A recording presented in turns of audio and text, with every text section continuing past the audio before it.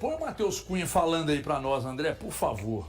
A minha principal característica é fazer milagres e acredito que o trabalho vai proporcionar isso. Matheus Cunha, se mais gols você não tomou no Cruzeiro foi por causa disso aqui, irmão, ó. Foi por causa disso aqui, ó. Foi por causa disso aqui, ó. Tá vendo aqui, ó? Qual câmera? Lá de cima. Foi por causa disso aqui, ó.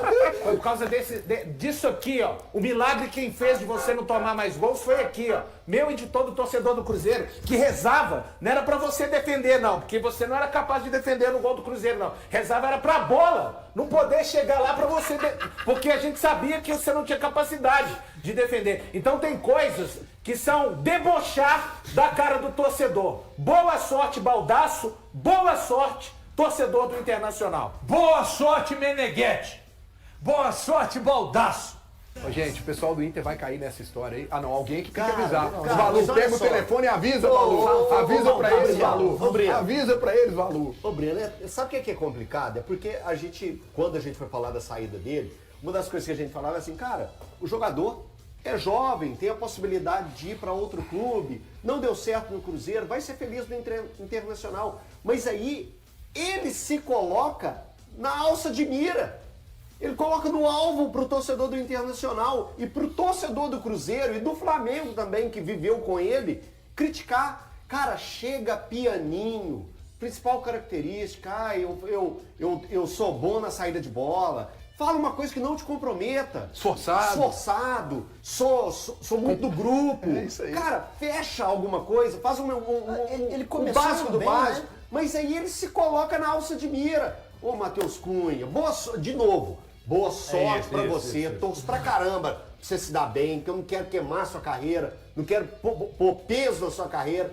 Seja feliz, mas não se comprometa com uma sonora dessa, com uma entrevista dessa. Faça milagres. Manchete do jornal. Chegou o milagreiro. Chegou o milagreiro. em Porto Alegre. Chegou o milagreiro. Porque que milagre você fez. Você teve 12 jogos do Cruzeiro. Você foi criticado em 11. 11.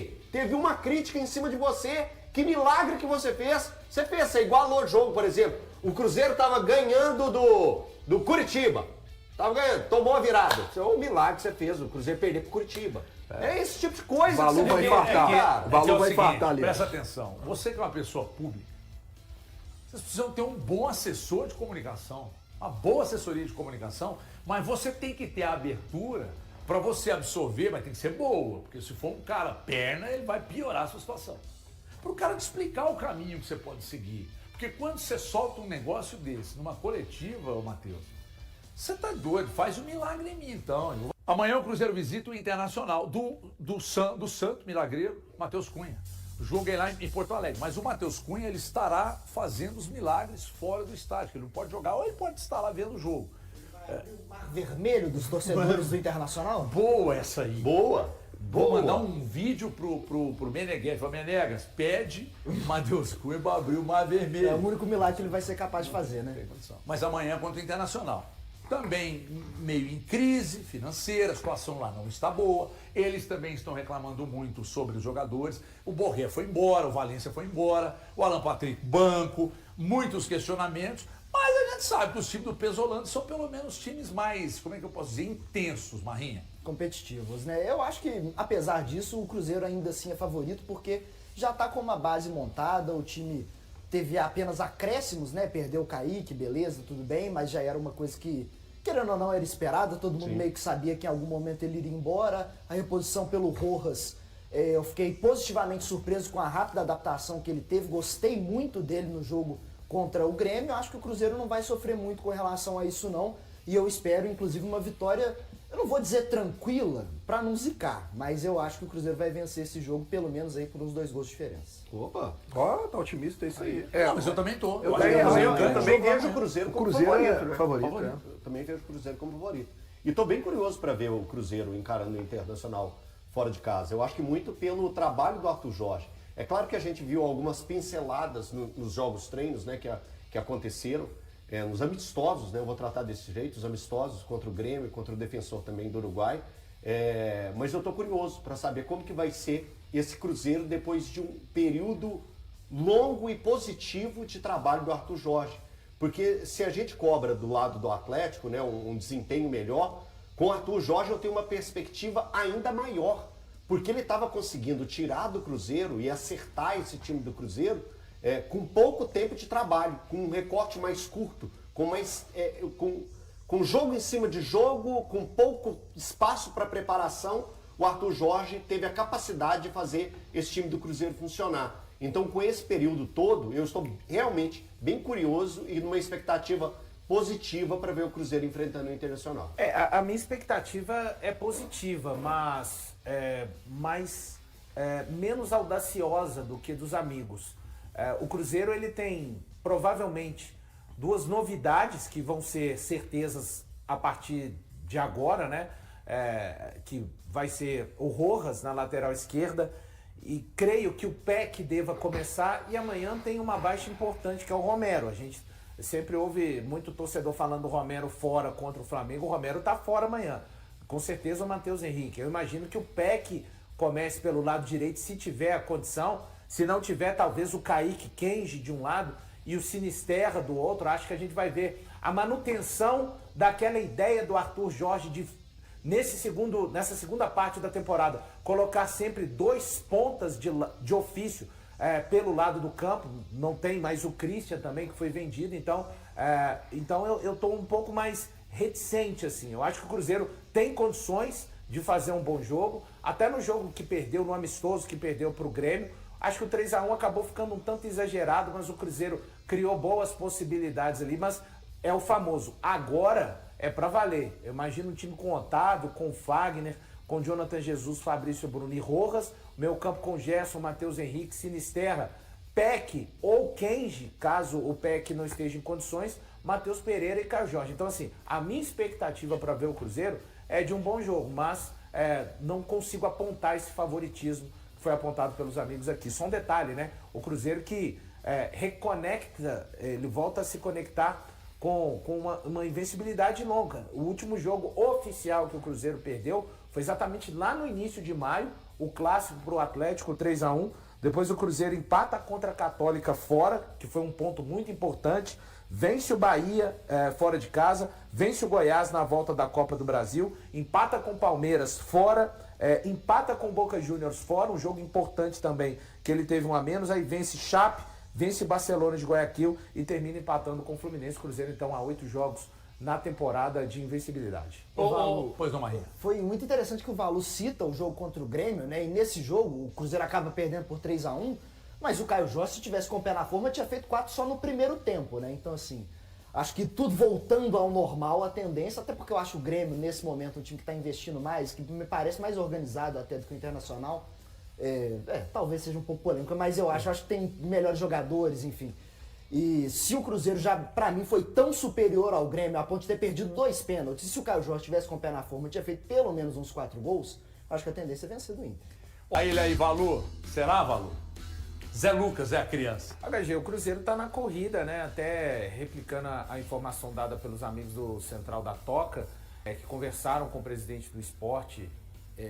Ele tá afastado do elenco nesse momento, não teria condição, né? A gente está falando de um jogador de 18 anos, de um jovem, e vivendo esse turbilhão bom para a carreira dele, que ele está vivendo, fruto da qualidade de tudo que ele fez já no esporte até então. Então está afastado, o Cruzeiro está forte na corrida contra o Flamengo e contra as equipes também do exterior. É um assédio, olha, como há muito até no futebol brasileiro, eu não vejo em cima de um jogador tantas equipes ao mesmo tempo, né, querendo levar esse atleta. O Cruzeiro está bem em todos os aspectos. No aspecto da proposta financeira, muito forte por parte do Cruzeiro. No aspecto do projeto também, informação trazida também pelo Samuel Venâncio, o staff, o Cruzeiro como um todo, tem mantido contato com o próprio jogador, com seus familiares, né, com o staff do atleta. Então, assim, o Cruzeiro está fazendo o caminho correto para estar na disputa. Se o Cruzeiro estivesse 10 tons a menos da forma que ele está, ele automaticamente já estaria fora dessa disputa. Então eu vejo um Cruzeiro muito forte, claro, o desfecho é difícil, a gente sabe, tem o potencial, as cifras europeias, por mais que tenha uma proposta bem interessante por parte do Cruzeiro, a moeda corrente europeia é diferente, é uma concorrência nesse aspecto, tá, pessoal? Entre aspas, desleal, mas eu tô vendo o Cruzeiro realmente muito forte. Para isso, vejamos, né? Hoje, terça-feira, eu acho que isso vai continuar caminhando, viu, o HG? Mais um pouco, e aí é onde eu falo, né?